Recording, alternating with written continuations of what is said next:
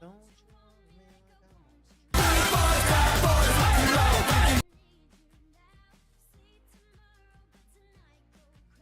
you? Crazy. Make me at the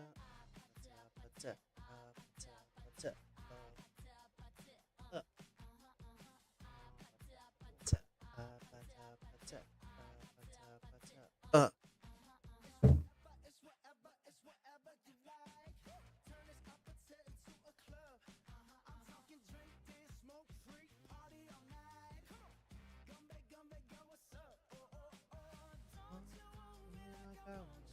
Baby, don't treat me like I need you now.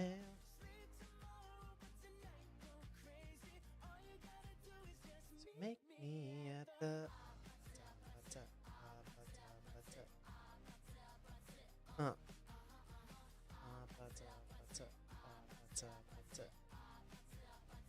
Uh.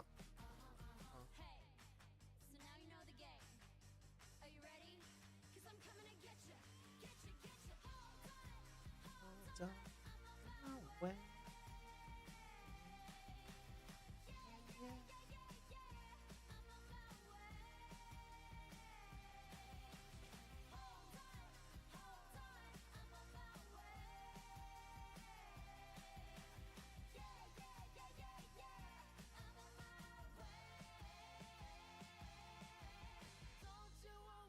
Like I want you, baby. Don't you need me like I need you now? What I do is just make me at the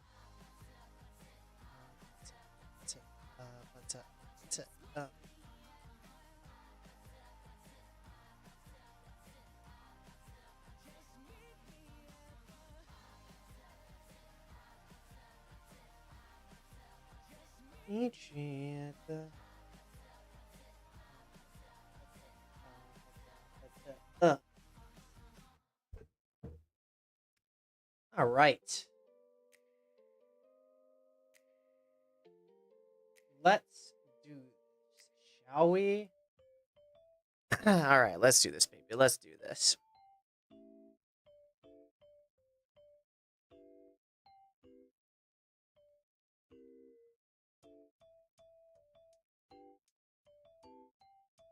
All right.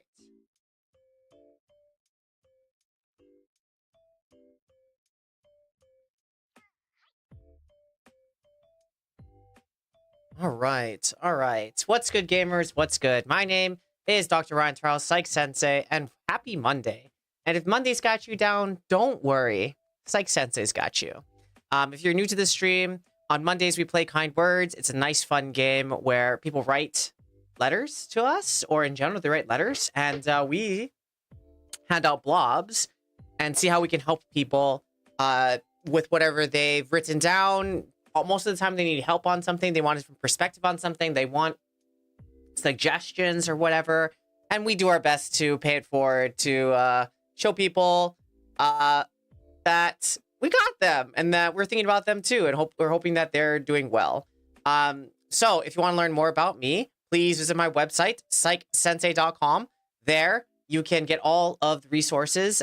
You can never miss anything I do. And also, if you want to learn how to be kinder to yourself, you want to work together, you can fill out a free consultation form. And when you do, you and I can sit down, get to know each other a little bit, figure out where you want to go, how you want to get there, and see how we can start working towards it today. So that can be found on my website, psychsensei.com. Yeah, let's just, I hope everyone's doing well. If you would like to write, if you want to write something, I could write it for you. All you need to do is just send me something in the chat. Let me know what you want to write down, and I can also send that letter for you and see if anyone wants to write back to us.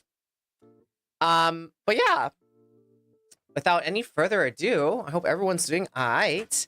Let's see what kind of letters we got and see how we can maybe help some people. And maybe if you got some things too, if you got some questions, some things, we can answer it for you. But interestingly, let's see. That's what I thought was going to happen. That is what I thought was going to happen. Boom! All right, we fixed it. We live in. All right. Someone sends their thanks for the letter you wrote and another turtle painting sticker. Ooh, turtle painting sticker. Oh, I missed it. Okay. Someone sends their thanks to you and wrote you another duck commie sticker. Cookie sticker. Okay, I thought we were going to see what those stickers look like, but it looks like people have written us some letters. All right. So, I wrote a letter. I wrote, I think I'm too hard on myself. I can give good suggestions and advice to others, but when it comes to me, I am so mean to myself and try to guilt and shame myself into improving. If I was only better, I could do it. You know, anyone else feel this way? Where you're able to, you're that person people come to ask for advice or for suggestions, or when they're wondering something, they come find you, or they need a word of encouragement, they come find you. But when it comes to you and being kind to yourself, or maybe even being nice to yourself, like it's almost impossible. Anybody else? If this is you, no worry, I got you. So let's see what some of the people wrote to us. All right, so this person says, I feel that. I have the same problem. High five. Sometimes you can put that guilt and shame into a productive path. I do it with the physical fitness, and it's been a long but rewarding journey, and it's paid off. Honestly, I think people's physical journey and using the guilt and shame to make yourself go, awesome, awesome. Until it doesn't. Like, for example, I think it's a really awesome fuel until it goes, well, if you don't go to the gym, you're a freaking baddie. I mean, and that's when it gets kind of bad, right? But until it gets to that point, like, I said I was going to do this. I'm going to go work out. That's great. Also, you can never go wrong with physical fitness, honestly. Like, you can never go wrong with working out or choosing to work out. Like, these are awesome choices for yourself, All right, remember that you are always enough, and that's all in your head. Those are some words of wisdom, man. Sometimes you can put that guilt and shame into a productive path. I do it with physical fitness. And it's been a long but rewarding journey, and it's paid off. I bet, dude. I bet. Honestly, I think that's something I would love to do more is go to the gym or wake up and go to the gym. I know that I've been losing some motivation to do it, but maybe this letter is going to give me that motivation to actually put into words. So thank you for that. I love it. I honestly don't understand why like TikTok disconnects and stuff. It's kind of a tilter, but here we are.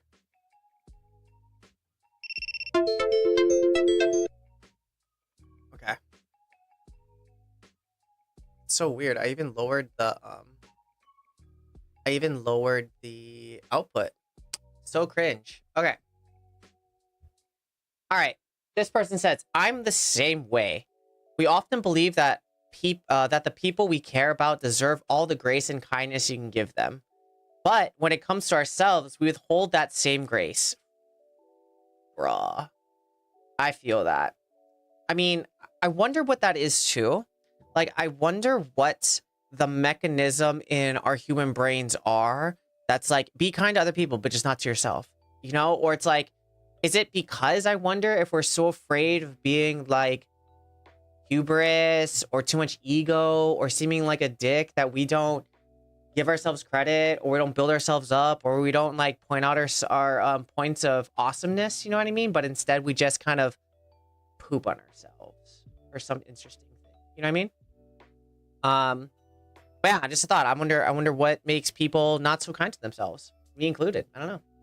See yourself as a friend, a different person, your child self, and imagine what you would say to that person instead. I do not always follow my own advice, but being gentle with yourself is an exercise worth doing. Be kind to yourself. Life is fleeting and precious.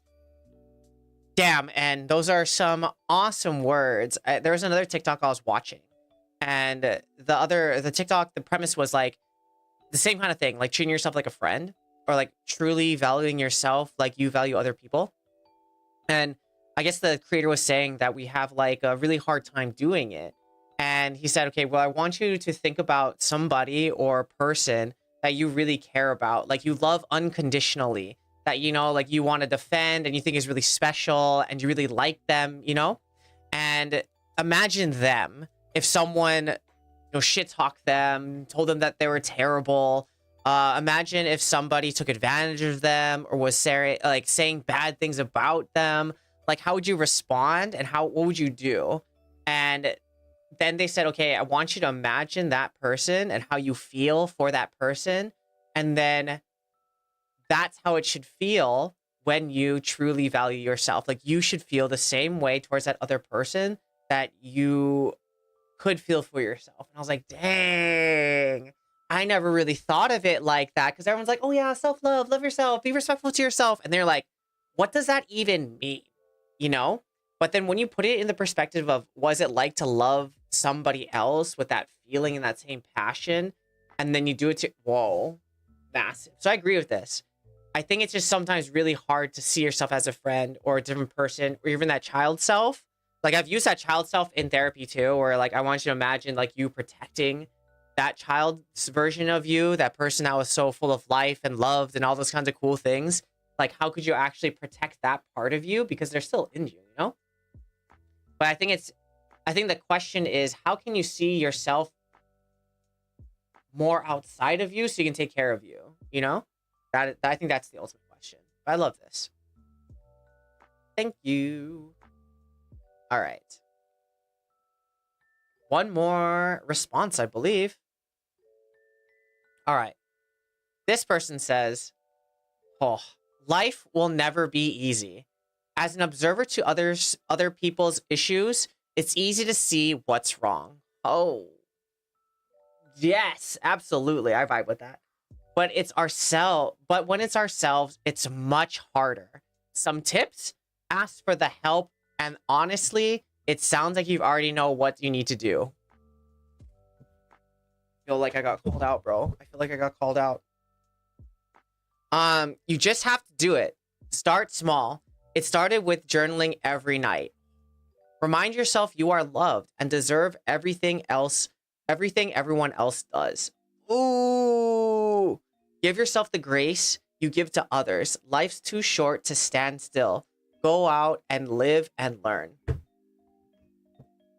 Bro, honestly, I wasn't ready for some of these things. Like, I think the meta comment here is like, it's easier, I think, for me to write the letters to other people. Like, it's easier for me to write to other people and be like, hey, this is what I think would be helpful for you. Don't worry, you got this, And then I started writing these letters as like I'm thinking about this person, or I think about this client that they said this during session, and I really am curious what other people would say. And like, I'm not expecting it's in the title, kind words, but the kindness and the thoughtfulness that these random people are giving is chef's kiss. I think what I love about this response is that it actually gives like an actual, like, try doing this. Okay. Maybe we try write a letter. Okay. I think this letter will be, ooh, what was today? Okay.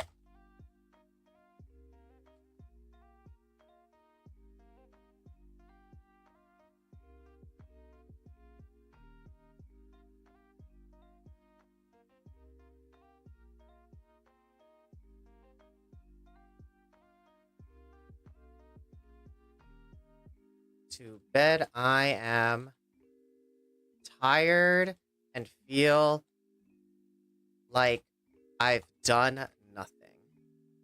How can I feel like I've done something? All right, this is my letter. I don't know if I think this is my theme that I've been kind of struggling with. I always feel like there's so much to do and there's not enough time to do it. And even though, yes, I acknowledge that I'm doing the things and that like things are getting done, I always feel like there's something more to be done, or that I didn't do enough. Anyone else feel like that? I hope I'm not the only one, but that's kind of where this letter came from. So I wrote, I feel like I'm always running out of time. There is just so much to do and not enough time to do it. By the time I get to bed, I am tired and I feel like I've done nothing. How can I feel like I've done something? Because I think that's the problem. It's not that things aren't getting done. It's just I feel like I should be, there's a should, I should be doing more, or I should have done more. You know what I mean? And I think it's the incongruence between the feeling and what's actually gotten done. And I feel like if I could get that feeling gone, or feel like, okay, I feel content now, I feel like I'd feel better, but I don't feel content. I just feel worried that I need more, you know? Anyone else? Send. All right. All set. Okay. All right. What letters we got today, baby? Okay. First letter on the docket, baby. This is weird, but could someone write to me as Vash the Stampede? Okay, that's not us. That's not us. That's not us. Okay, I don't know what to do. $, money my husband makes can barely handle the two of us, and I am a student working towards a master's degree. Maybe I should get a job to help us, but I had plans as well to help. Extra money involves cert job license. Help. Ooh, money problems, man. Money problems. I really wish I had something to be like, here's your 5-point financial plan, but I don't have any of that. Man, okay. We can do our best, though. Oof. Phew. Money problems are always the worst.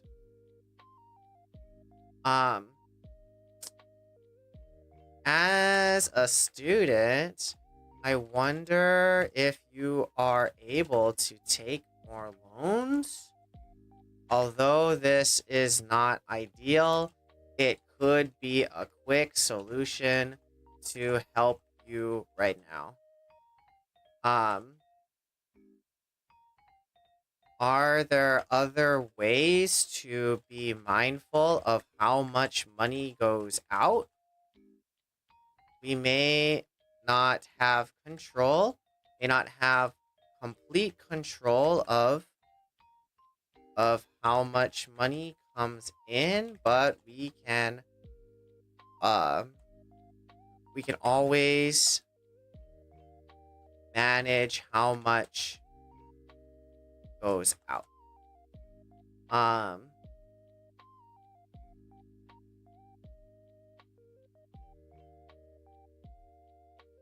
Have you talked to your husband about your concerns? I wonder what he thinks about your current situation. Good luck. Have fun. Same team.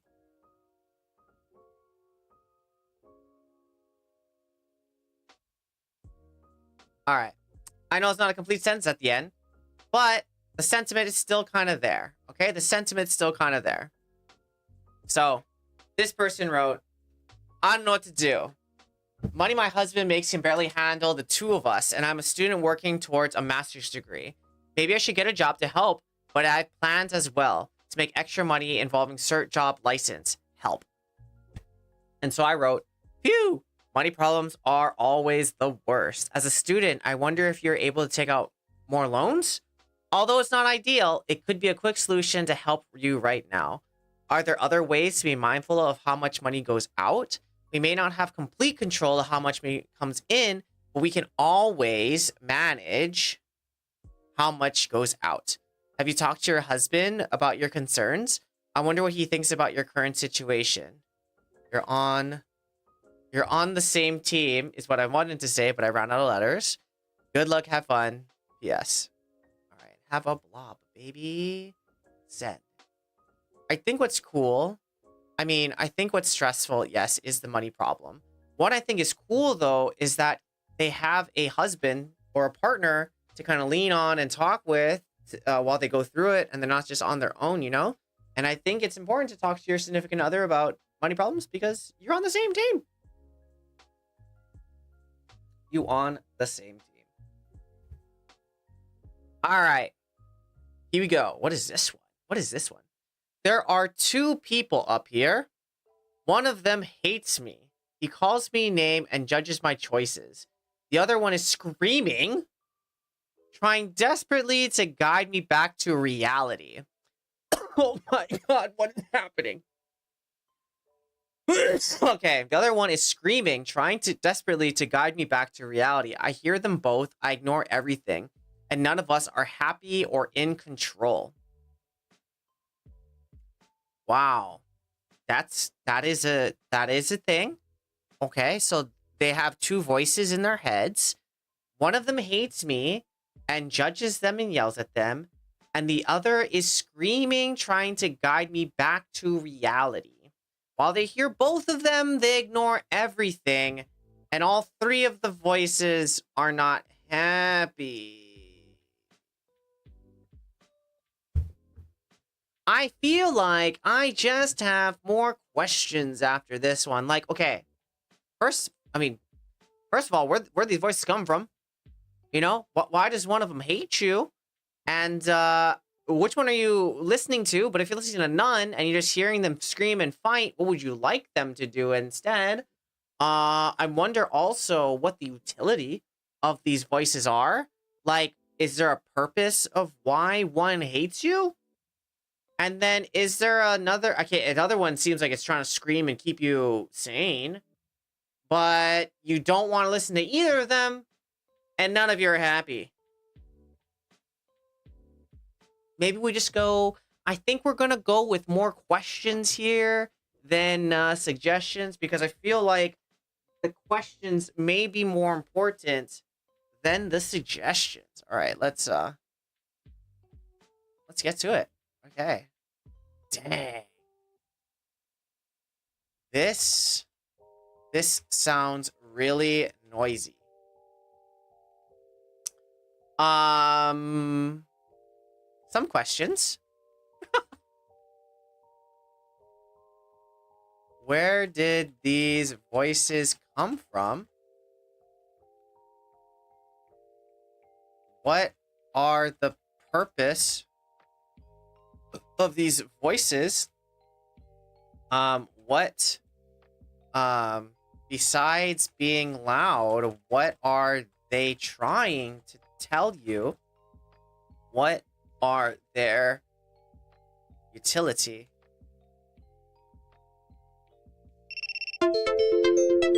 It's TikTok. I don't understand. I really don't.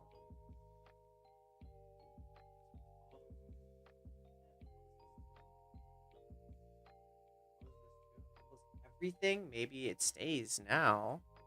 Because the reason I want to ask these questions to this person is because I want them to think about what the purpose of these voices are, besides they just hate them and that they're being really loud, because obviously they're not listening to either of them. So what's kind of the point? You know, like the other one is screaming, trying desperately to guide me back to reality. I hear them both. I ignore everything, and none of us are happy or in control. Okay. Okay. If you were going to try to, if you were going to, pick a voice to listen to. Okay. Okay, maybe it's okay. If you were going to sit them both down and give them more direction, how would you change the voices?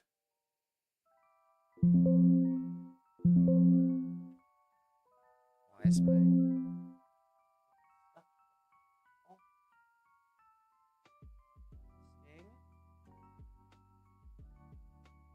Okay. All right. What's up, Jim Stanley, by the way? All right. How would you change them?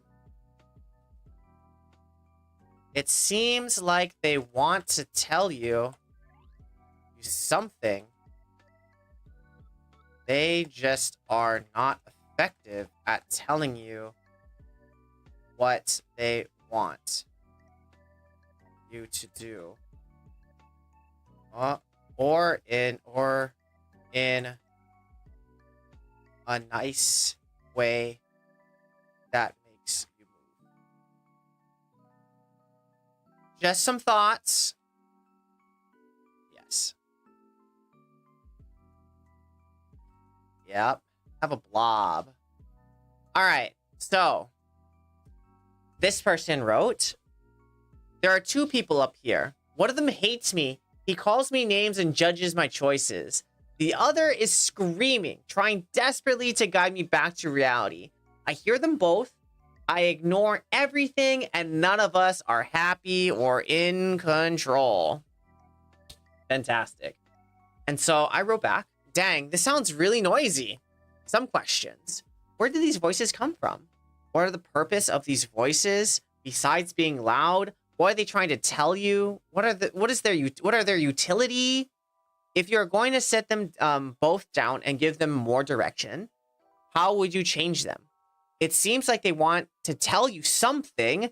They just are not very effective at telling what they want you to do, or in a nice way that you can hear that makes you move. Just some thoughts. Yes. Because, you know, I think these voices, well, they didn't come from nowhere, right? These voices are here for a reason. And so I don't know what the I hate you reason is, but I don't know. I wonder if that, for example, maybe that because I hate you and it hates me, judges my, hates me, calls me names and judges my choices. Maybe from a really fucked up perspective, maybe that voice is trying to keep you safe. Maybe that voice is like your super ego, that overbearing mom that wants the best from you or the best for you. It just doesn't know how to communicate what they think is best and how to make you hear it. They thought that being mean and calling you names maybe was the most effective way to make you listen, and maybe it was in the past, you know, but now that we're here at this stage of the game, perhaps those voices are doing more harm than good, but the intent or the original intent that got twisted was, I just want the best for you, or I want to make sure that you're making good choices, you know? But at the same time, it sounds like there's another voice in their head already trying to desperately guide them back to reality. So that voice must be the voice of reason saying like, hey, listen, my friend, that other guy, he's being kind of a dick to you. This is what they're trying to say. Calm down and chill. But it also sounds like then you get caught in the middle because you hear them both and you ignore everything. And then none of us are happy or in control. So you're like hearing them fight. You don't know the middle ground of how to reconcile these two voices. And so you're just like, look it, I'm going to give up. You know what I mean? So I wrote, dang, this sounds really noisy. I mean, so I wrote all that, right? Just to say like, what's the purpose of these voices? Where are these, like, what's the utility of these voices? What could we remind ourselves that these voices are trying to tell us? And is there another voice or another thing that we can do to a translation per se that will give us more insight into what they're really getting at versus they're being really mean to me? So, and here's the fun thing. What's up, Sua, by the way? What's the really cool thing about this too is that it doesn't have to be forced. Like, you learn to have these voices and interact with these voices in this way. Although it's going to take some time and it might be irritating, we can also unlearn or relearn another way to repurpose these voices. You know what I mean? So they're more helpful for you. Because right now they're doing the exact opposite of what you wanted them to do, which is unlucky. But we now know that we can do something different. So, sick. Good luck. Send. Thank you for taking the time to think about a stranger. I'll rush us right over. All right. Ooh, this is an interesting one. Okay. I can't do this. I cannot do this. Nothing is stopping me, but nothing's getting done. Bro, I feel like I literally just wrote this letter. This was me. Always one more hour, one more break, one more moment before I begin. Time goes on, but the work never starts. What's wrong with me? Oh, this is so interesting. Okay, so it seems like this person is like procrastinating. But here's the thing. Typically with procrastination, like it's like, for example, it's school, right? Like you're procrastinating on your homework, but at the same time, you're going to do it because you want to pass the class, or at least there's some type of motivation there.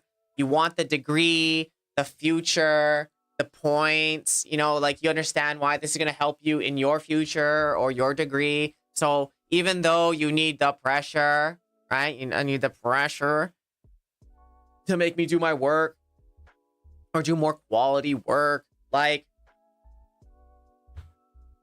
it's a lie. We all know it's a lie. But we're going to do it because the underlying motivation is there. But what is really interesting about this letter right here is that they're doing the procrastination, but it also seems that they've lost the connection between what I'm doing and why I'm doing it. Thus, it's worth it for me to do. Thus, I'm taking more breaks and kind of lollygagging.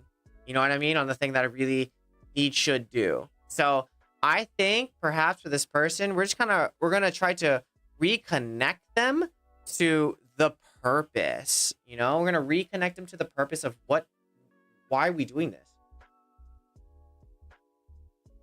Like, what are we doing and why are we doing it? All right. Oh, dude, you sound super stuck. But before we start running or continue to beat ourselves up, perhaps it's time to ask ourselves some questions. First question.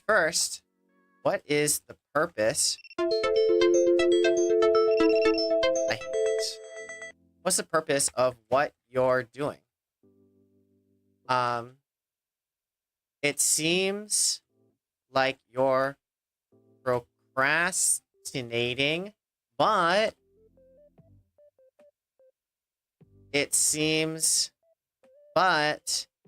I'm not sure if but maybe you've lost the connection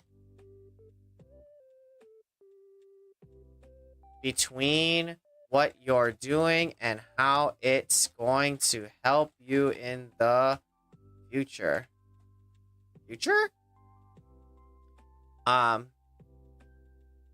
What do you think is holding your motivation back?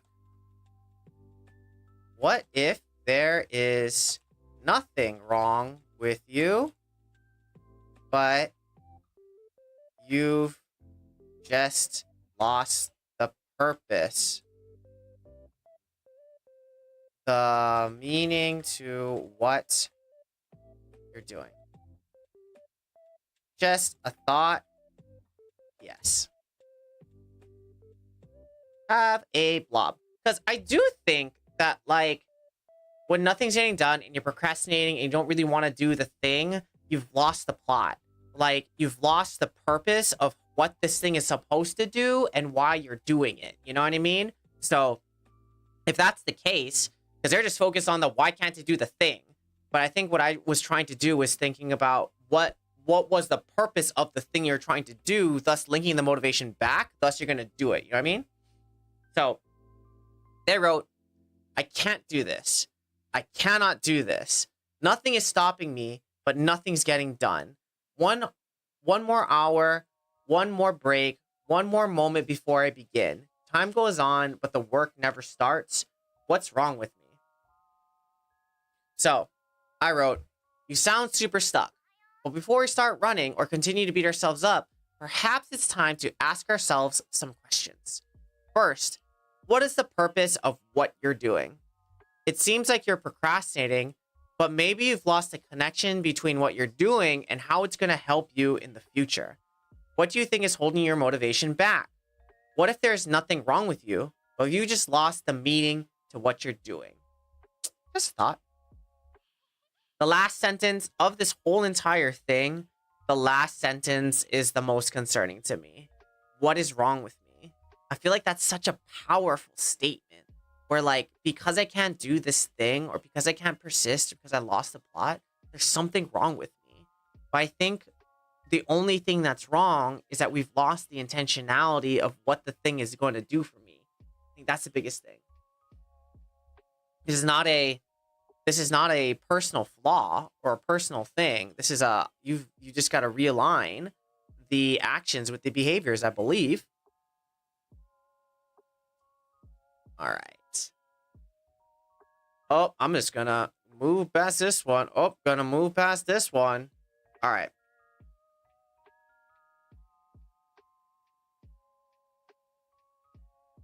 I don't have anything else to say, but I'm not any closer to feeling better, and I don't want to lose this feeling. I'm not any closer to feeling better, and I don't want to lose this feeling. What?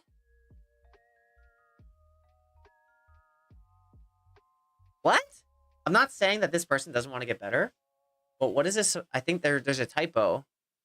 Like, I don't want to lose this feeling, as in I don't want to lose this feeling of feeling bad. I don't want to feel this feeling as in I'm improving. I don't know what this means. So I'm just gonna...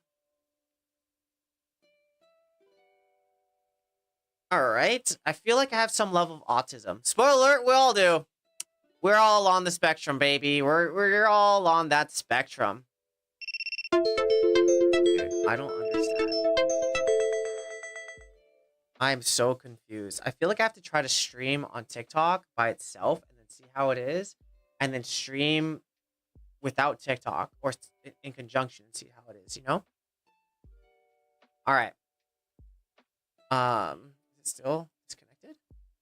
What's up, Leo? What's up? You still here? I feel like I have some level of autism, but I don't know how to bring it up with my parents. I'm 18, so I feel like I don't feel like it'll be worth bringing up to be tested, but I feel like I need to. This is something I've thought about for years. I'm tired of not knowing what's wrong with me. You know, I've heard this. I've heard both ends of the, no pun intended, spectrum. You know, I've heard one end where people are like, I don't want the label, I don't want to know, or the label means nothing, it doesn't describe me. And then I've heard the other side that's kind of like this letter. I was like, I want the label. I want to know, because then I know that it'll make sense to me why I interact with the world this way, you know? And so whatever you want, if you want the label, if you don't want the label, I think what's really interesting, though, my question is, okay, what would your life be like if you actually did get that diagnosis that you wanted or suspected? You know, for example, okay, say you have ADHD-like tendencies and symptomologies. You're really impulsive. You're really emotional. Your sense of time is all jacked up. You know, all these kinds of things. Okay, you've been this way. You haven't had any medication or behavioral modifications, and now you're like an adult. You know, okay, you're an adult now. You have the symptoms, but you have no label. Okay, but would getting the label change anything about you or the things that you would do? That's the question. Okay, so say you go through the testing. Okay, boom, you have ADHD. Bona fide.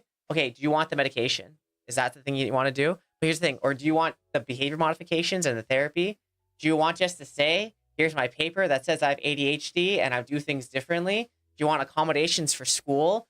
Do you want people to act differently around you? Would you act differently? You know? So these are all things that is really interesting for me when I read something like this. Because, okay, the last sentence, right? This is something I've thought about for years. I'm tired of not knowing what's wrong with me. The reason why I bring out that last sentence is like, listen, with or without the diagnosis, this person is still going to experience the world in the way that they do. Would this diagnosis confirm that there is something in fact inherently wrong with them? Because by having a diagnosis, it's not saying that there's something wrong with you. In fact, there's so many people that also demonstrate the same symptoms as you that there's a name for it, you know? So with that though, are you going to say, okay, I can't do that because I'm autistic, or sorry, I can't do this because I'm autistic? Or is it like, okay, now that I know that I'm on the spectrum, I need to do things differently? Because if you have knowledge, but you don't do anything with the knowledge, what's the point? You know, for example, because I have been diagnosed with ADHD and I know that I have ADHD, it's on me now to like do the symptoms better. You know, like, because I know I have ADHD, it's now my responsibility to manage it. And I can't just say, oh, I don't know what's wrong with me. Or like, oh, don't know. I have to say, because I have ADHD, I need to take my medication. Because of ADHD, I have to understand the environments that I'm in. I have to understand that my time is all jacked and I have to do things differently. There is, again, the last sentence. There's nothing inherently wrong with me or with this person. We just interact with our environments differently than other people. Just like there's nothing wrong with me because I need glasses. I just need glasses. Like that's it. So I think when people write stuff like this, it's like, okay, what would you do if you had this information? I think that's the angle that I'm gonna go for. So that being said, if you have a mental health diagnosis, if you have something like that, there's nothing wrong with you. There's nothing, I'll say that one more time. If you have a mental health diagnosis, there's nothing wrong with you. You just interact with your environment differently than everybody else or other people. Now, that being said, if you have a mental health diagnosis or you have a diagnosis, it's also in your own responsibility to make sure that you take care of the symptoms or things that happen to you. And it's not just like, oh, I have this, you have to deal with it. It's like, okay, I have this. These are the things I'm doing to mediate my symptoms or my diagnosis. I don't think people understand that like, okay, once you know, you have to do something versus like, I know, but I'm not going to do anything. It's like, okay, that's cringe. All right. What is interesting to me is the last sentence you wrote. What? Okay. If you received this diagnosis, how would it change the way you interact with the world, with your world? If you are on the spectrum, no, there is nothing wrong with you.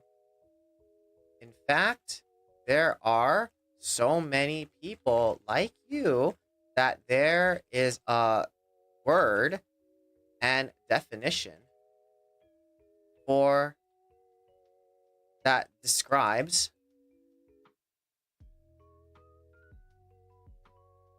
many people like you.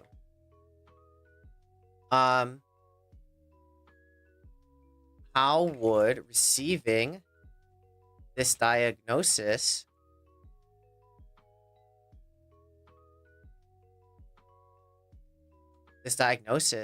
change the way you think about yourself?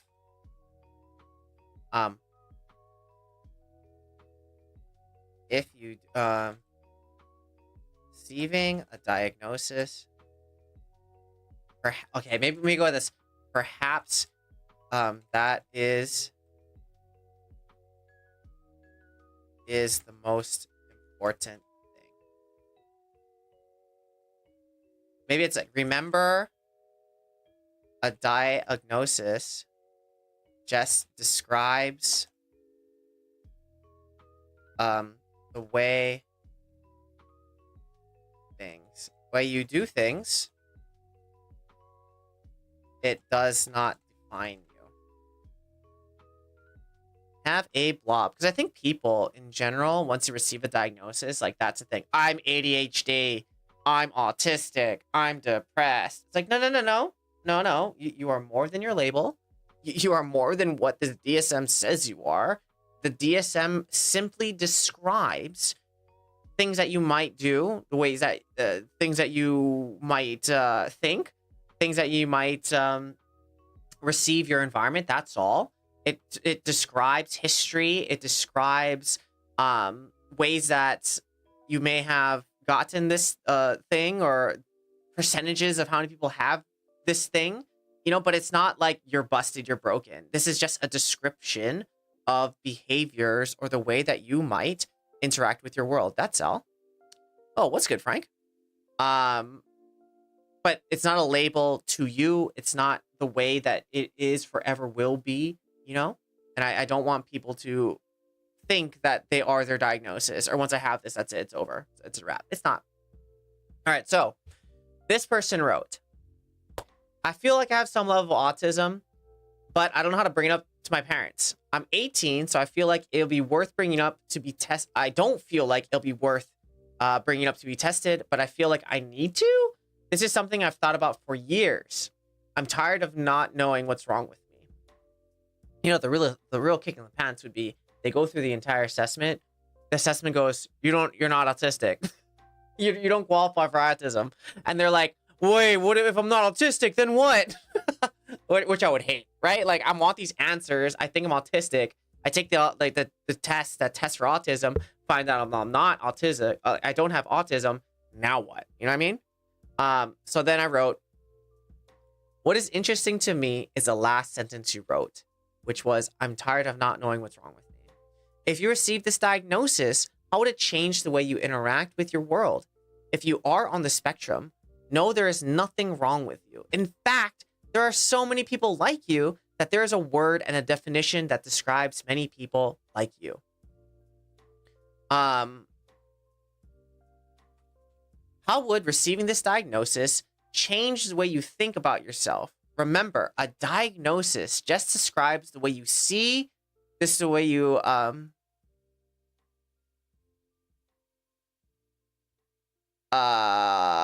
remember, a diagnosis just describes the way you see and do things. It does not define you. Yes. Send, baby. Yes, your diagnosis does not describe nor define you. Okay. Whew. That's some good ones tonight, man. We got some good ones. Okay.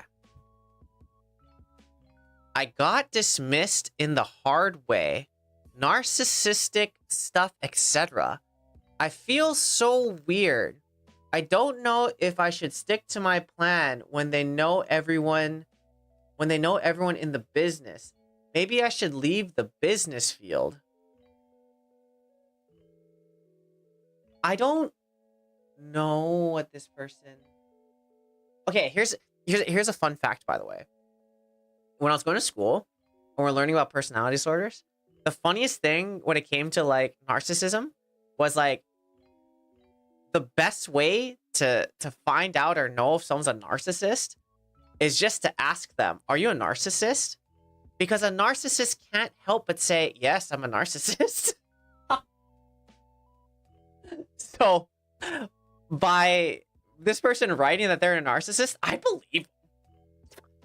believe that they're a narcissist. But at the same time, because this person's a narcissist, for some reason, I feel like they're going to be fine. You know? Also, for a moment, I wish something I could just taste just for a little bit. I wish I could have that confidence and know what it would taste like to be a narcissist, you know? Just for a moment. Just for a moment. Not for a while, just for like a moment. Because I feel like I would like to experience that like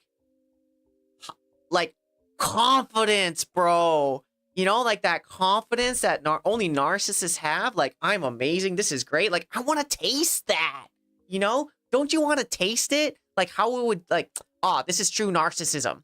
Like, in school, the thing that I really wanted, like, if I could, like, if they could, you know, when you're going through abnormal psychology or you're going through the DSM, looking at all the diagnoses, you know, something I really, really wanted is if, like, you could, the giver, like, just experience what it would be like. Or if they had, like, a schizophrenia simulator and you could, like, put it on or go into the VR and see what schizophrenia is like, or, like, autism, what that's like, or, like, narcissism, like, what's that like? Just for, like, here is your 30-minute hyperbolic time chamber of schizophrenia, you know? Like, not forever, or, like, here's a pill, gulp, take this pill and you're gonna know what's gonna be like to be a sociopath.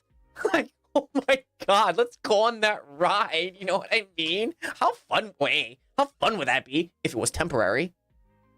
And also, how cool would that be for, like, temporary bipolar 2? Here you go. Like, what do you want to try today? You can only experience this if you're, like, overdose on meth or whatever, but don't do that. That's dangerous. But if they had, like, a safe time limited capsule that you could just, here you go. Otherwise known as ayahuasca. These are just jokes, but, like, just something. You know what I mean? Would that be cool? You wouldn't try it? I don't know what I'd write to this person. But like I said, I feel like this person's gonna be fine. Okay. Fun side note. So I guess from that rant, hey, if you want to know if you're a narcissist, someone asks you, are you a narcissist? And they say, yeah, they're probably a narcissist. And I want pills or drugs that will let you try different psychopathies. Apparently, that's what I want. All right. I love this stream. Thanks for coming. I hope everyone's having a good time. All right. I'm still in high school, and I'm planning on becoming a medical examiner. Oh, congratulations. That's awesome, man. What can I do to prepare myself, or hobbies, trainings that relate? Honestly, the only advice that I have for you as a high schooler wanting to be a medical examiner is enjoy it while you still can, my friend. Like, brother, sister, friend in Christ, you're going to be doing so much school. You're going to be doing so much stuff. I think it's important that you just remember you're in high school and enjoy it, because that shit goes by so fast. So I think that's what I'll write to this person. All right. Because I think, like, if I could go back in time to give my high school, college self some advice, I think the advice I'd give me is, bro, enjoy it. You're not going to have much time to not work, and it'd be okay for you not to work, or for you not to know where you're going to go or how it's going to all pan out, and just enjoy the float, man. Like, enjoy the not knowing, enjoy the high school, enjoy the stupid stuff, enjoy. Okay, maybe this is the best way to put it. Enjoy the process of your brain still developing. I think that's the biggest thing, because I feel like you're always trying to rush to know or just figure it out, and there's joy and fun in not knowing, you know? Like, if you knew everything, it's no fun. Enjoy, make mistakes, do stupid stuff when you still can.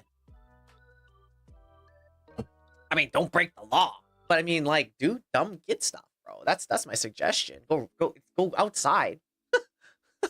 Go outside, go touch grass.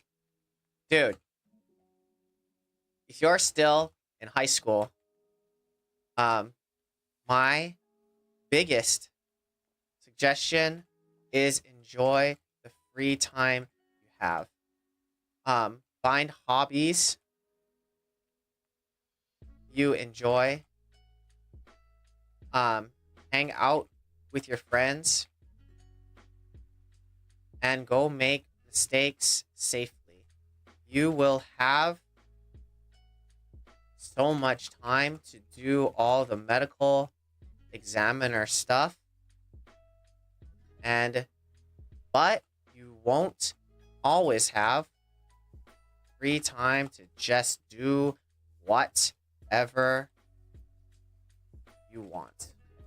I understand that you want to start working towards your future, and that's awesome. Now take some time to be you and enjoy Limbo. Enjoy Limbo while you still can. Enjoy. Have fun knowing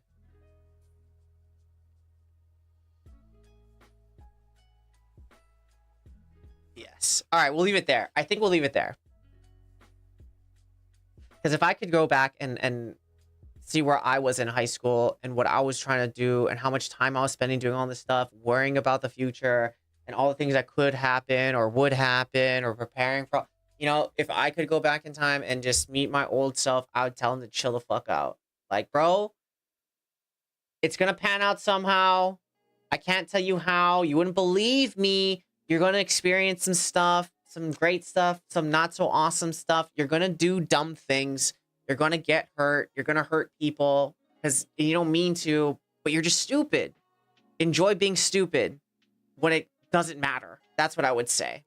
So this person wrote, I'm still in high school and I'm planning on becoming a medical examiner. Awesome. What can I do to prepare myself for that? Or hobby/training that relates? So I wrote, dude, if you're still in high school, my biggest suggestion is to enjoy the free time you have.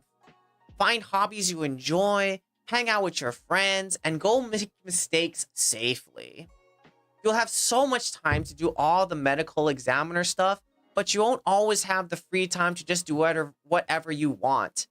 Oh, thanks, Wompsy, for the like, baby. Thank you, thank you. I understand that you want to start working towards your future, and that's awesome. Now take some time.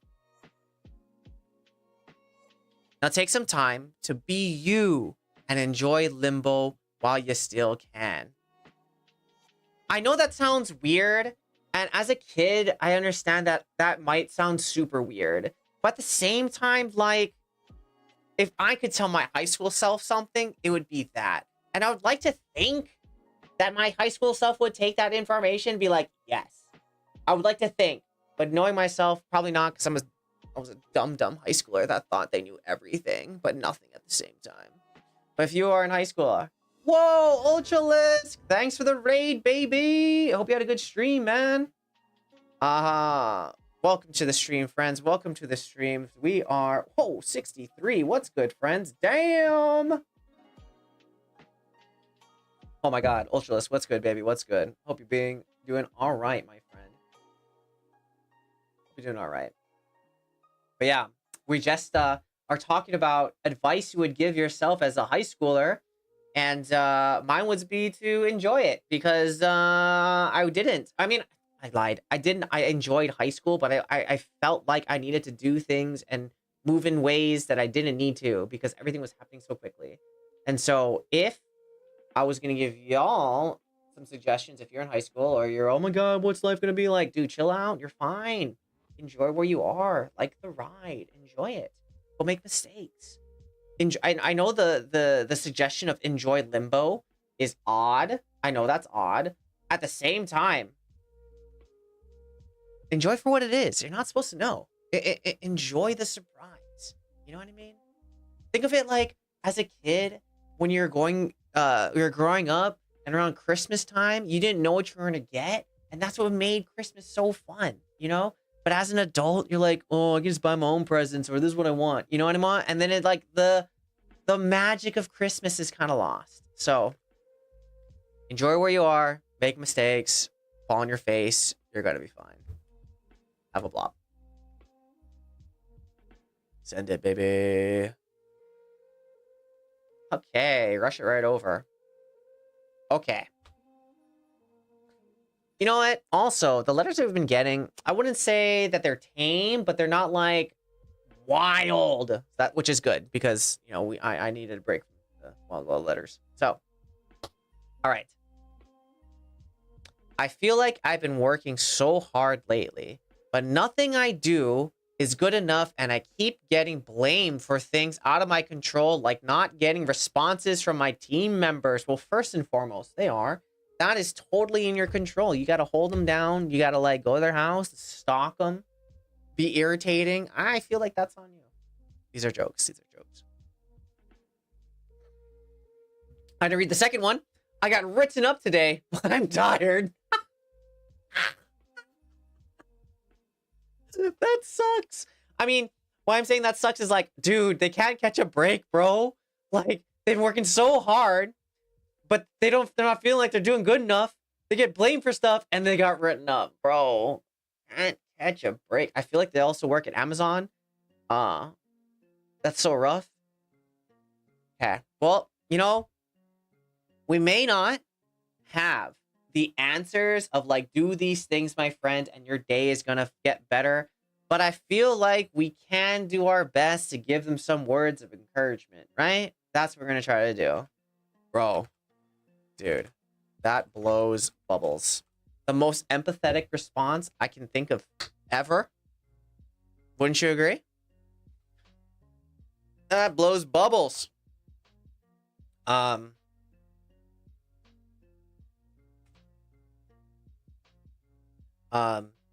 It sounds like you are trying your best and doing everything you can do your control. It is important. Who is your bias from? That's from Blackpink and aespa. My bias? My bias is like who I like. What you speaking about, man? What you speaking about? It's important to know doing and my favorite member. I'm a Lalisa stan. Right now, I'm a Lalisa stan. And also, okay, here's an unpopular opinion that I might get canceled from you, Ultralisk. I gotta say, man, I like them as a group, but I feel like as solo artists, the oomph isn't there.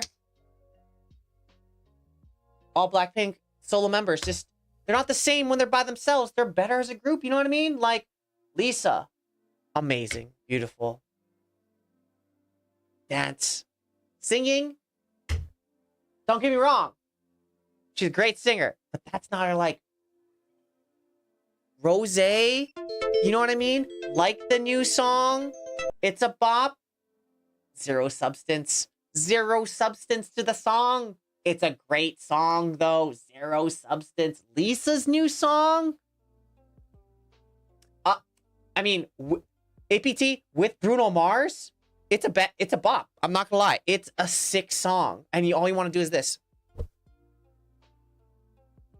Like, you know the song. Like, you know the dance moves. And it makes you want to move. At the same time, like, zero meaning. It's none. They play up-a-ta for, like, half the song. Like, that's it. She has one move. You know what I mean? And don't get me wrong. Lisa's song, Moonlight, it's just a rip from Sixpence None the Richer. Great song. But for some reason, why does it not match Lisa? You know what I mean? I don't know. That's just my thing, man.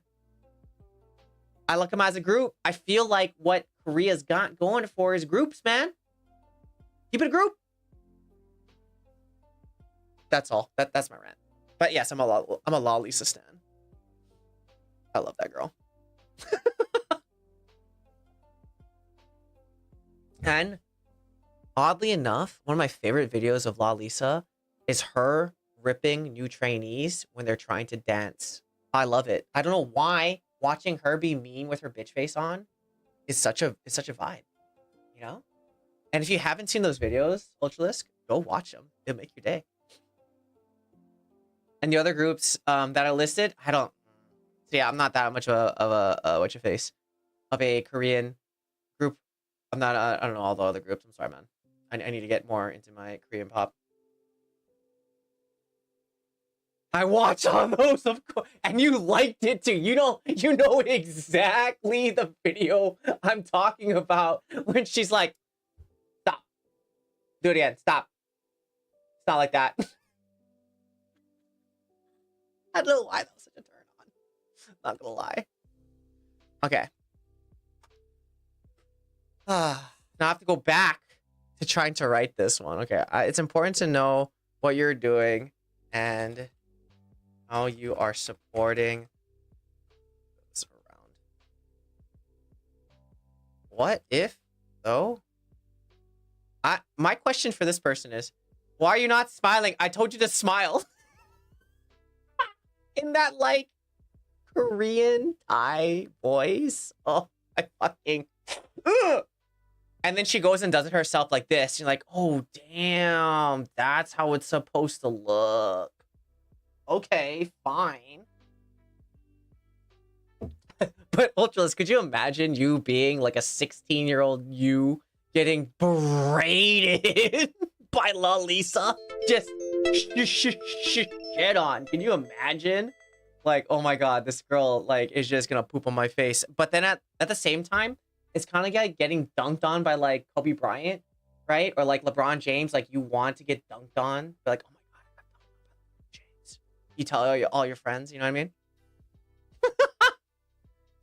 LeBron James sweat was on my face because he dunked on me. Yeah, Lola Lisa yelled at me. I was that girl she yelled at. Bro, that'd be me. Quick question. Have you ever thought about leaving this job? It doesn't sound like they appreciate you and what you bring to the table.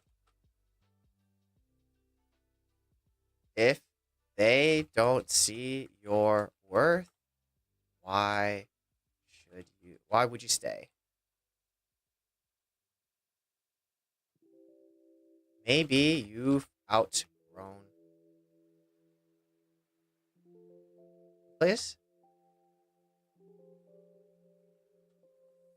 All right. So, and the Glide is also like that, but she doesn't break the attitude. Like Lisa should turn on cute mode again. Or is that more detrimental? Oh my god, Kristen, Sean, what's up, girly? Dude, where you been? How's Texas? What's up, mom? How are you? But like I said, like, is it worse that she can go to like full bitch mode and then smile and then while she's breaking your face? That's my question. Or would you like to be someone just a complete bitch to you all the time when she's teaching you how to dance? Me personally, I feel like if someone was bitchy and then like, that would suck more. Because like, oh, wait, who are you? I don't know what's in front of me. You know what I mean? That's more sus, I think. I feel like someone smiling at your face and then like going cute is more sussy.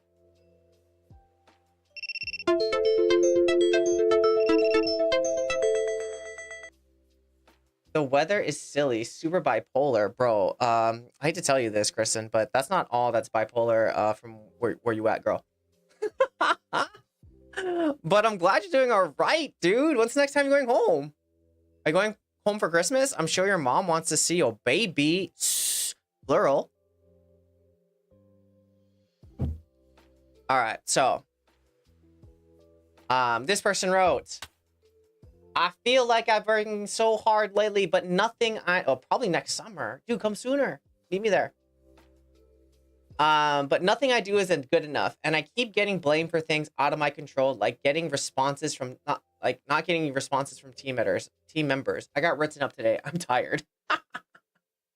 So I wrote, dude, that blows bubbles. Sounds like you're trying your best and doing everything you can do in your control. It's important to know what you're doing and how you are supporting those around you. Quick question. Have you ever thought about leaving this job? It doesn't sound like they appreciate you and what you bring to the table. If they don't see your worth, why should you stay? Or why would you stay? No shoulds here, only woulds. Why would you stay? Maybe you've outgrown this place. Good luck, have fun. Psych Sensei. Yes. All right, let's end this bitch. Nice. Dude, Kristen. Texas. Baby summer. That's fun. Wait, are you in San Antonio? I know you're in a big city. Yeah, Kristen.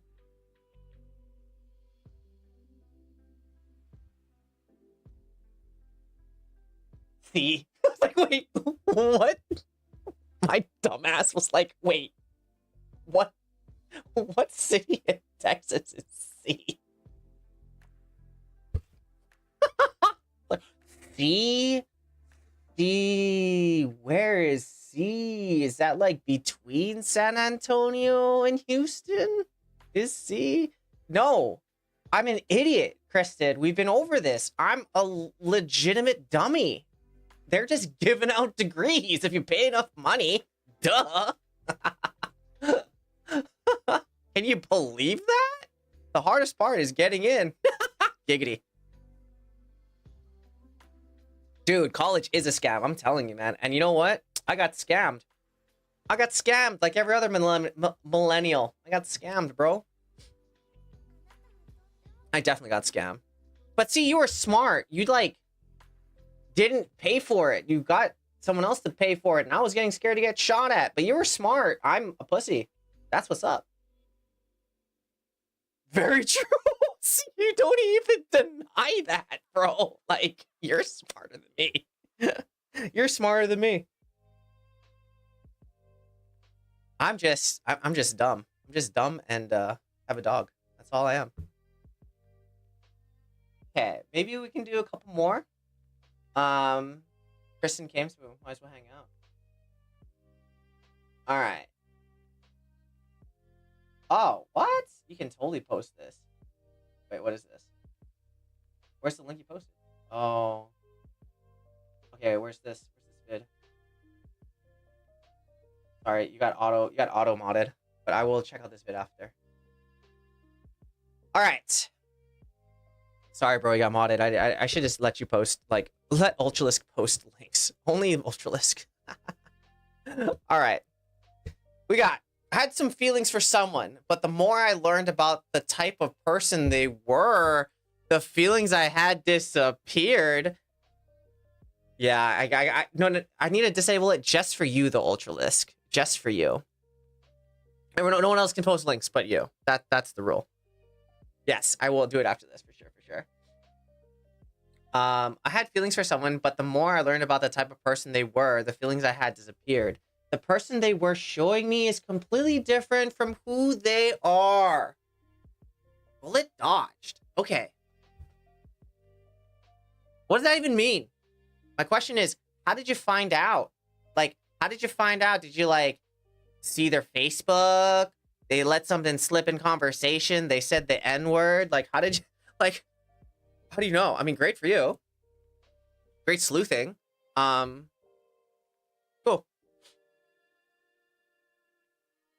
Okay, my friend has a best friend, and I'm, like, mega mad about it.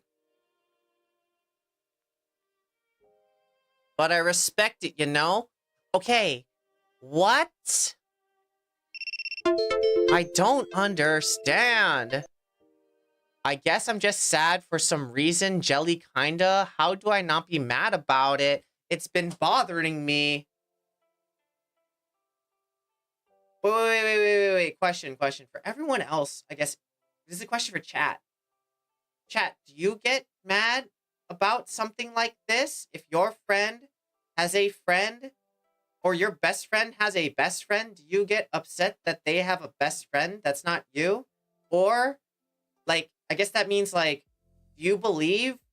what team are you on? Are you on team more than one best friend? Or are you on team only one friend? Like, it's a quick... can I make a poll? Can I poll that in the chat? How do I poll? I want to do that. Okay, like, if you're on team one friend, just put, like, a 1 in chat. And if you're on team, like, you can have more than one, put, like, 2 in chat. I'm just curious, man. Are you one Only one?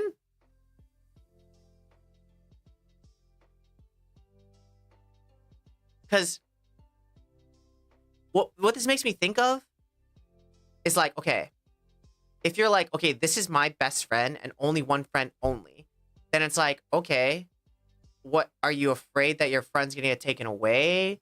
Are you afraid that your friend is not gonna spend as much time with you just because they have another best friend? Does that make your friendship with them less than? Or is it like, oh yeah, they have friends, I'm secure in my relationship, they have other people to hang out, I have other people to hang out with, we're like cool hanging out with other people, you know? So yeah, what team are you on? Are you on team only one friend, or are you on team more than one friend? I don't know. Okay. I think for this person though, I think we're gonna go with, we just gotta ask more questions to kind of explore and process why this person may be feeling this way. Because I think they kind of had some like self-insight with that last sentence. How do I not be mad about it? It's been bothering me. So I think they have awareness that this is bothering them and maybe it shouldn't, you know? Bro, I really don't understand TikTok. But thanks, Kristen, for hanging out and staying here. I know that's been like trying to kick you out and kill you, like away from my stream a lot. So if you're still here, Kristen, thank you. All right. I think it's the angle of, interesting. Oh, you're still here. Nice. For sure. Got you. But it's so late for you. Where's the baby and husband? Interesting. Sounds like you have some great insights. What makes you... I'm working at the moment from home. Hell yeah. So am I on your phone or your computer? Okay, when you think of your best friend. Oh, nice. I'm on your phone. When you think of your best friend, also if you tilt your phone to the side, you can see full screen too. When you think of your best friend hanging or having other friends, what? I can't have TikTok on the Golf computer. Sure you can. What's a little bit of China? When you think of your best friend having other friend, what makes you jealous or insecure?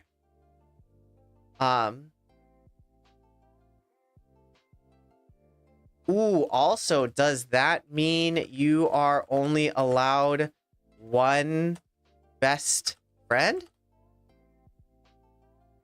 Because that also means, right? Like the shoe must be on their foot that if I only have one best friend and my best friend can have other friends, that means I also only have one best friend. And only can have one best friend, you know? Right? Because if they're only allowed this, then that must also mean I'm only... Right? If it's equal. Huh? But then, does that mean you only have one friend? I'm so confused. What? Okay, okay. But the funny thing that they say is like, but I respect it, you know?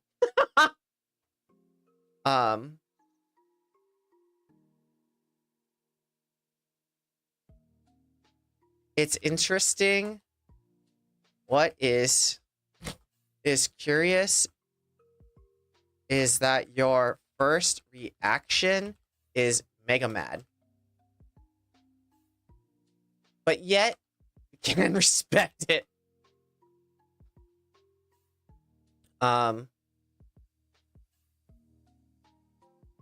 Yo, Dice, what's good?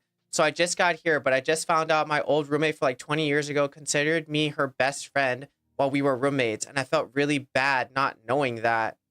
Why? What made you feel so bad? Oh. Unless, Dice, were they also not your best friend? Did you not feel the same way as they did? Or do you feel bad because you wanted to do more best friend things with them? That's so funny. Oh, we're best friends? I made you... I really want to know how you found out. Were they like... I made you this best friend bracelet, and you're like, I didn't know we were best friends.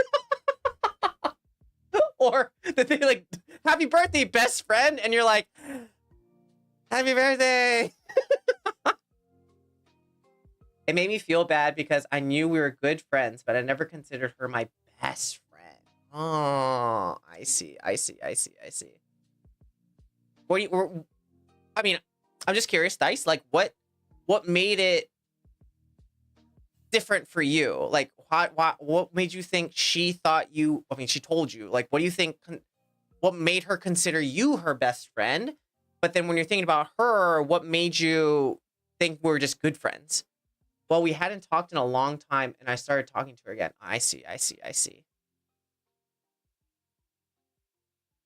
Like, what made you not feel as close, I guess, to her than what she thought of you? Dude, I have no idea why. I do have to do the test stream later on with just the TT. Respect it. If you can respect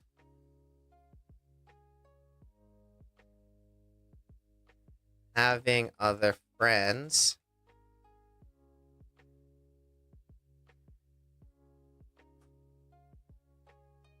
how can you balance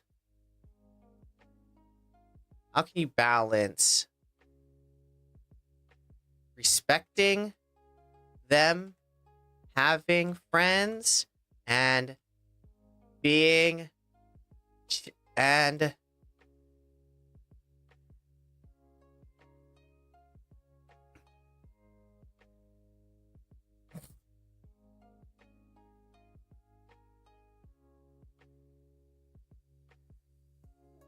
have a blob. Oh, I was giving people bananas, but I don't have a banana thing. Okay. I guess I just never really considered her like that because I probably took her for granted. Ooh, because I was kind of shitty as a person back in the day. Really self-centered in my 20s. You know, two things. First thing, sounds like you grew a lot, Dice, you know, since then. Second, it sounds like you can admit and are open to seeing how you were to how you are now. So that's awesome. You know, with some reflection though, like, I think the cool thing now that you have a really awesome opportunity now that you've reconnected with this person to kind of maybe change or have a different type of relationship with her than you did in the past. Now knowing, you know, how it was, and it sounds like you want to make it better. Bye, Kristen. Love you too, girl. Have a good night. Do your homework or do your work. And you're welcome. I'll pay my taxes so you can have it. And another thing is, you know, it sounds like you're actually talking to this person again, which is awesome. So, hey, even though you may not be, you know, my best friend back then or whatever, it doesn't mean that we can't be best friends now or start working towards it. So sounds like you have an awesome opportunity. You know, it sucks or maybe a little hurtful and sad that's, you know, you've learned this. But now that I know this and I want to be in relationship with you now, maybe there's things that we can do to change our relationship or make it that way. You know what I mean? Oh, what's up, Jobo? Bye. But yeah, it sounds like Dice, you grew a lot as a person, which is awesome. You know, we can't go back in time to go and, you know, change things in the past, but it doesn't mean that we can't move forward and be different, you know? What's up, Jobo? Edu? Joe Boy do? Oh, bye. All right, so. Yeah, we talked about it and we're good now, which is super cool. That's great, man. I'm happy for you. Which is really great because I don't have a lot of friends. Or we now can build more friends of quality, which is great. And it sounds like you're working towards it or you're learning how to make those relationships. So that's awesome, dude. That's really awesome. All right, so this person wrote, my best friend has a best friend and I'm mega mad about it. But I respect it, you know? Funniest line of this entire thing. I'm mega mad about it. But I respect it.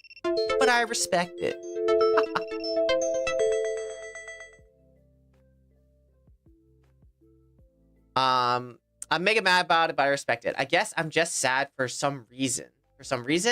Jelly kinda. How do I not be mad about it? It's been bothering me.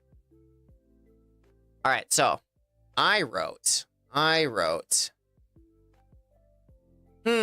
Interesting. Sounds like you have some great insights. When you think of your best friend having other friends, what makes you jealous or insecure?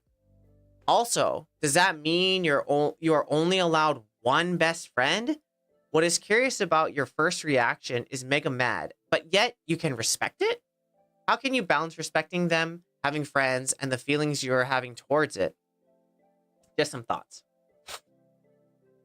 Like, I think it's great that it seems that they also have some cognitive dissonance.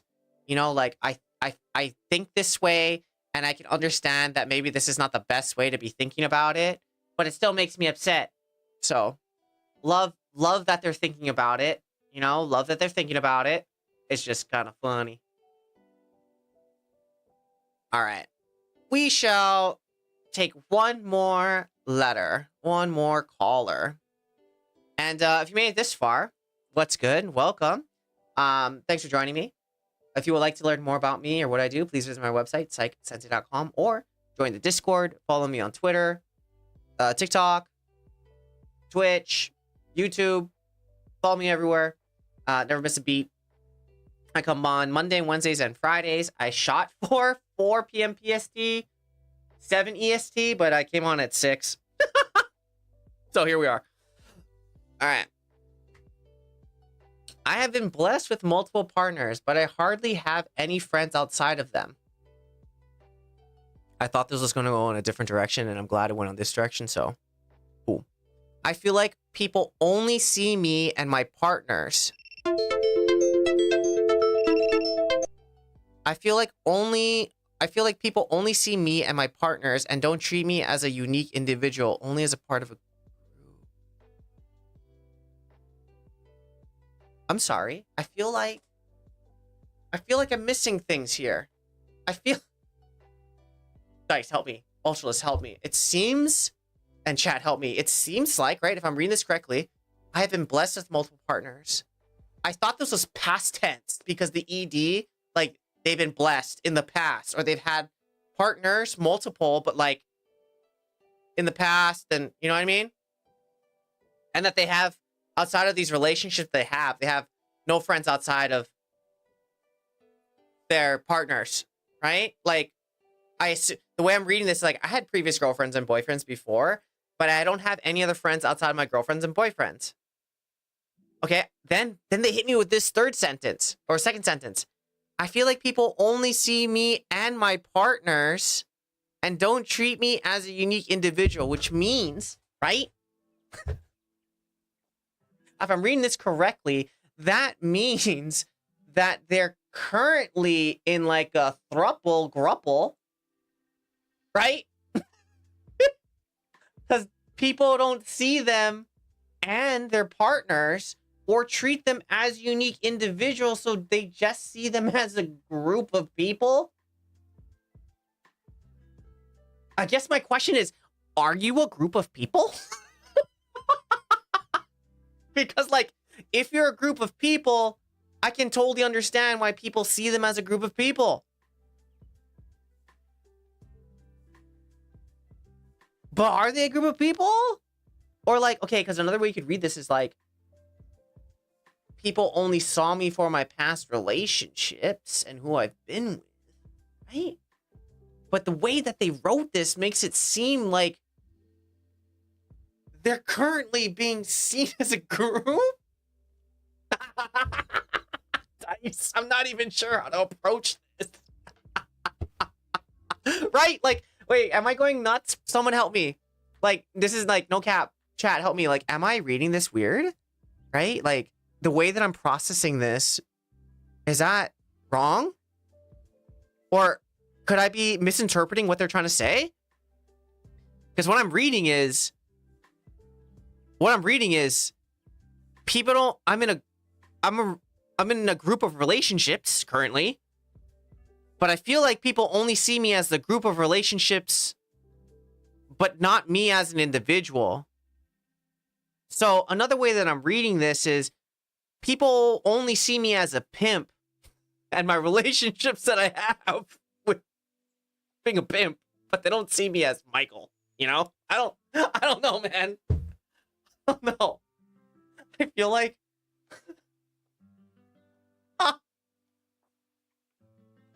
I, I'm just gonna go next on this one. Is that cool? So, beginner witchcraft tips. I have so many. Oh, I have so many witchcraft tips. Like the way I'm reading this is I'm polyamorous and stacked. Bro, that's exactly how I'm reading it. But I don't have any friends outside of my polyamorous stacked relationships. Yeah. I feel like people see our big group of people and nothing else. Yeah. That's exactly how I'm reading it, bro. And I'm lost. I mean, lucky? Jealous? I don't know, man. How do I become part of your throuple? I don't know, man. Send help, please. Why do I feel worse about myself that they have more game than I do? I don't know. Maybe just send them back a message, Lucky.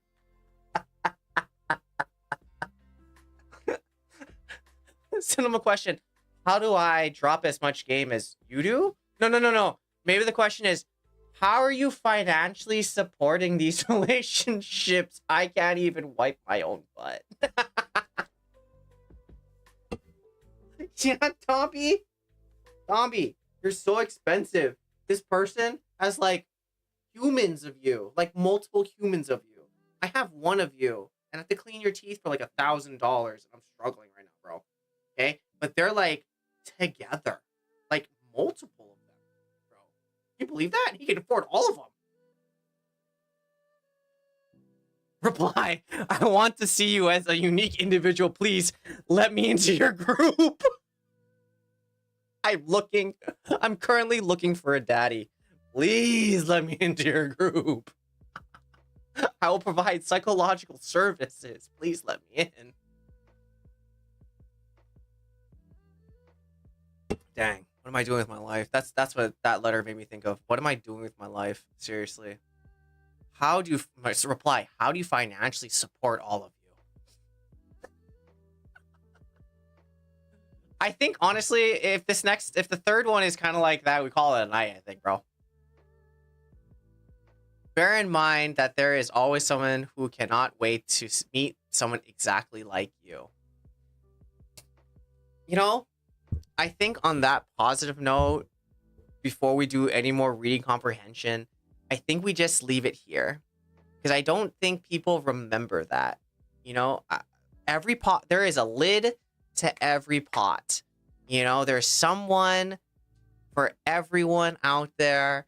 I think this sentiment in general, I think people don't remember it.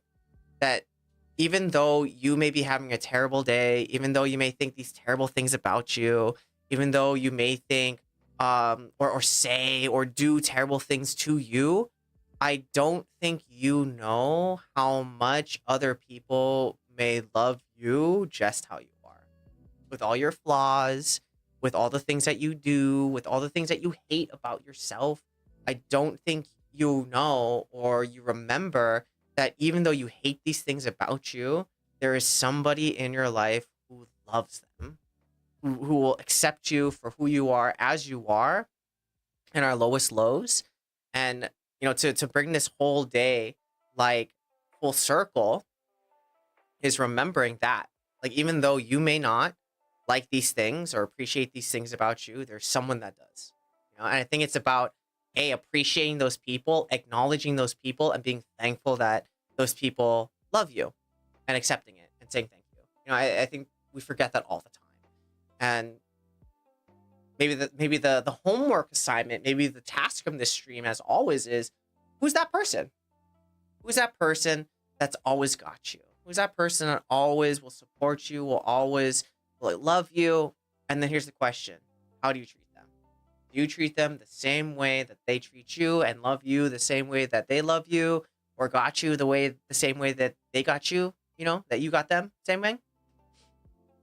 And here's the thing. If you know that person and you have this sentiment, this unconditional love, this feeling towards them, and you want to protect them and want all good things for them, that same feeling that you have for them, that's the same feeling you want to replicate when taking care, loving, hanging out, chilling with yourself.